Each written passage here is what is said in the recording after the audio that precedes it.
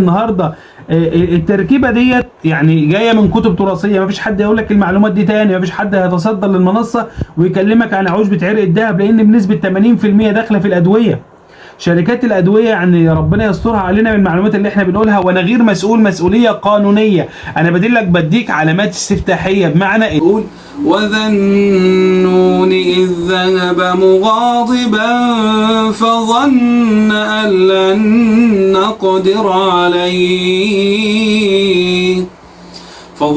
لن نقدر عليه فكانت النتيجة عمل ايه؟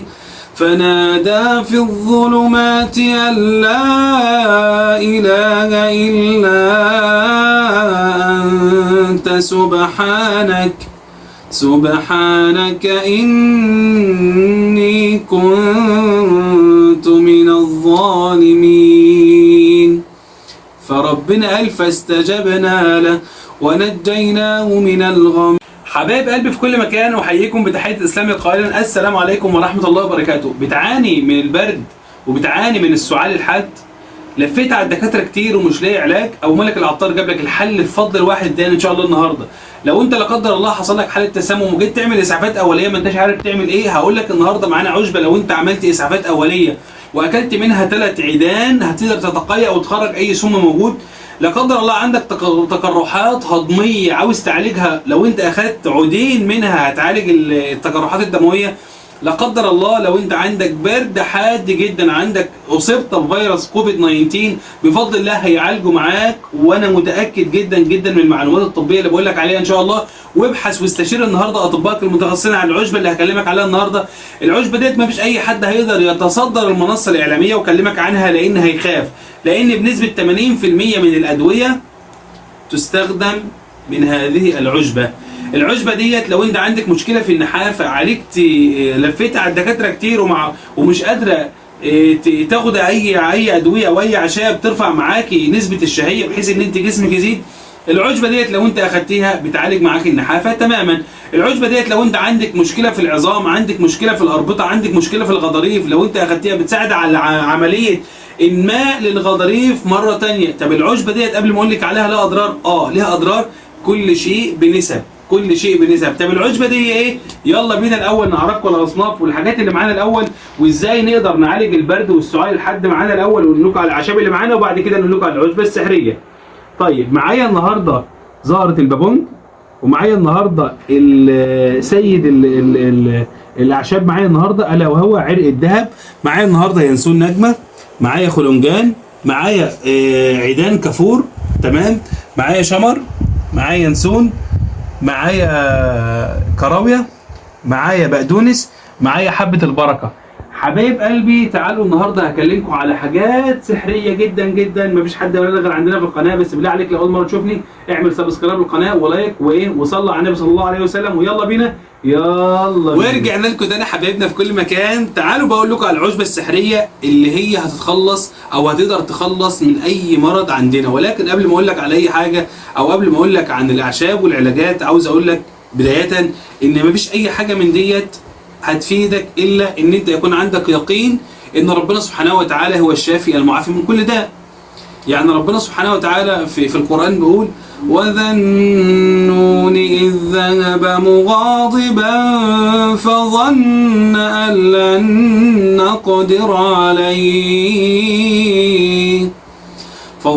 لن نقدر عليه فكانت النتيجة عمل ايه؟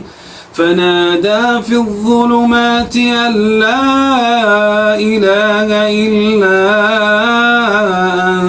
أنت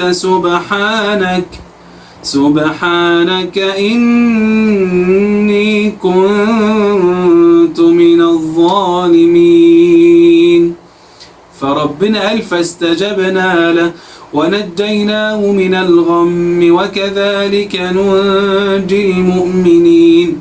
اعرف ان انت لو عندك اي مشكلة، اي مرض، اي داء، مفيش حد هينجيك من الغم الا ربنا سبحانه وتعالى. فكل ده يا حبيبي اسباب. طيب تعالى اقول لكم بقى بسرعة من ضمن الاسباب اللي هتعالجنا ان شاء الله، الا وهي قرروا معايا معلش الكاميرا كده، عرق الذهب. عرق الذهب يا جماعة ذو قيمة وقامة علمية جدا جدا جدا جدا. انا بقول لك مفيش حد هيتصدر في المنصه وكلمك عن عشبه عرق الذهب، اظن بنسبه 99.9 مفيش حد يعرف يعني عرق الذهب. في كتير من حبايبنا عشان ما جازفش يعني بنسبه اظن بنسبه يعني 80% من حبايبنا ما يعرفوش يعني العشبه ديت، ولا حد يقدر يتصدر المنصه الاعلاميه وكلمك عن العشبه الجميله ديت، العشبه اللي فوائدها عظيمه جدا. طيب تعالوا بقى زي ما عودناكم هنتكلم النهارده عن ايه، او هقول لكم على المقادير وعن النسب اللي احنا بنرتبها مع بعض. هنتكلم عن المقادير وعن النسب اللي احنا بنرتبها. طيب هناخد مقاديرنا بايه؟ مثلا هنيجي من عشبه اللي هو العشبه السحريه الجميله اللي احنا قلنا عليها. هناخد من عشبه عرق الذهب 1 3 4 5. بالله يا جماعه ركزوا معايا، احنا بنعمل دلوقتي الاعشاب اللي هي هتعالجنا من البرد والسعال، وهتعالج مشاكل كتير جدا جدا عندنا داخل على البرد، داخل على اشياء كتيره هتضرنا. تعالوا النهارده نقول لكم على المقادير اللي احنا هنجيبها. هتروح طبعا لاي عطار هتجيب منه الاعشاب ديت. هناخد قيمه 1 2 3 4 5 برضو زهرات من اليانسون النجمة، تمام، وعليهم عود خلنجان كبير كده. طيب وعليهم 3 أو 4 ورقات من ورق الكافورة، تمام.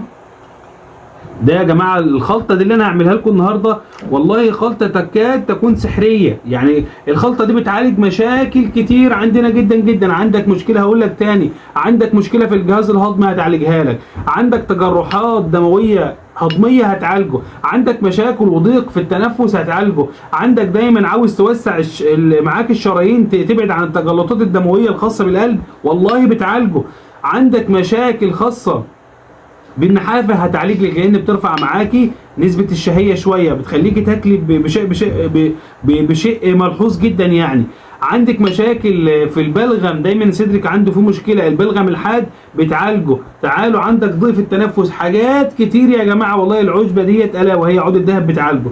طيب هنيجي ناخد هنا 3 معالق، 1 مش شمر، 2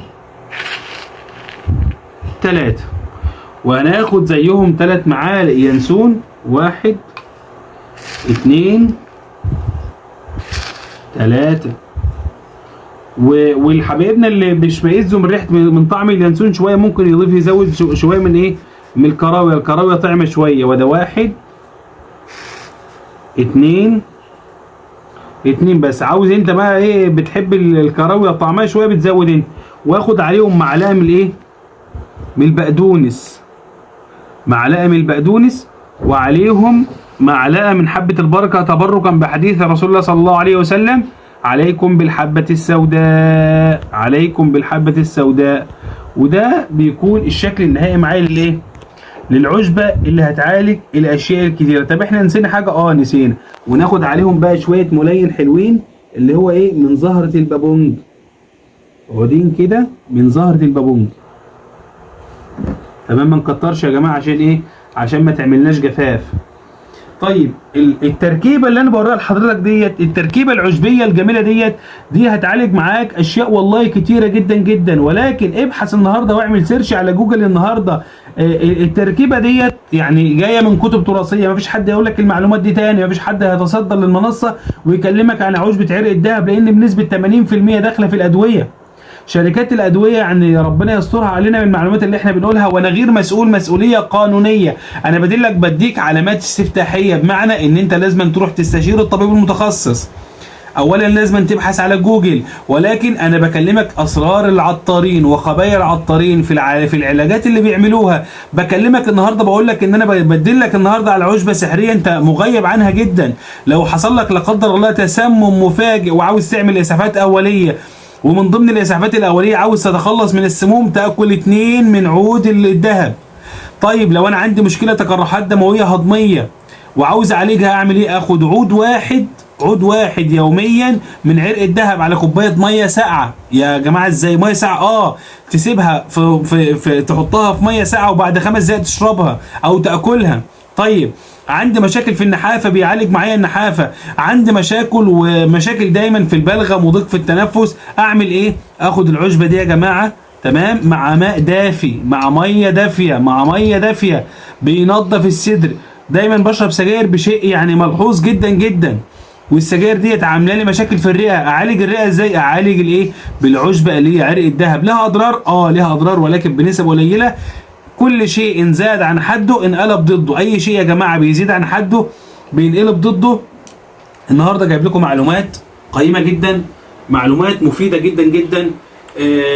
انا شايف ان المعلومات ديت يعني لو انت استغلتها استغلال صحيح هتعالج كتير من الامراض اللي احنا هنواجهها، وان شاء الله مفيش اي امراض هنواجهها ان شاء الله، مش بنحبط الناس، ولكن دايما بيجي موسم الشتاء تمام محمل بالامراض، محمل بالبرد، بالسعال الشديد. فانا حبيت اعمل فيديو ده كمقدمه قبل دخول موسم الشتاء علينا. بحبكم في الله، لو شايفين ان انا اديتكم النهارده معلومات مفيده بالله عليكم ما تنسوش تدعمونا بلايك وشير، وصلوا على سيدنا النبي صلى الله عليه وسلم في الكومنتات.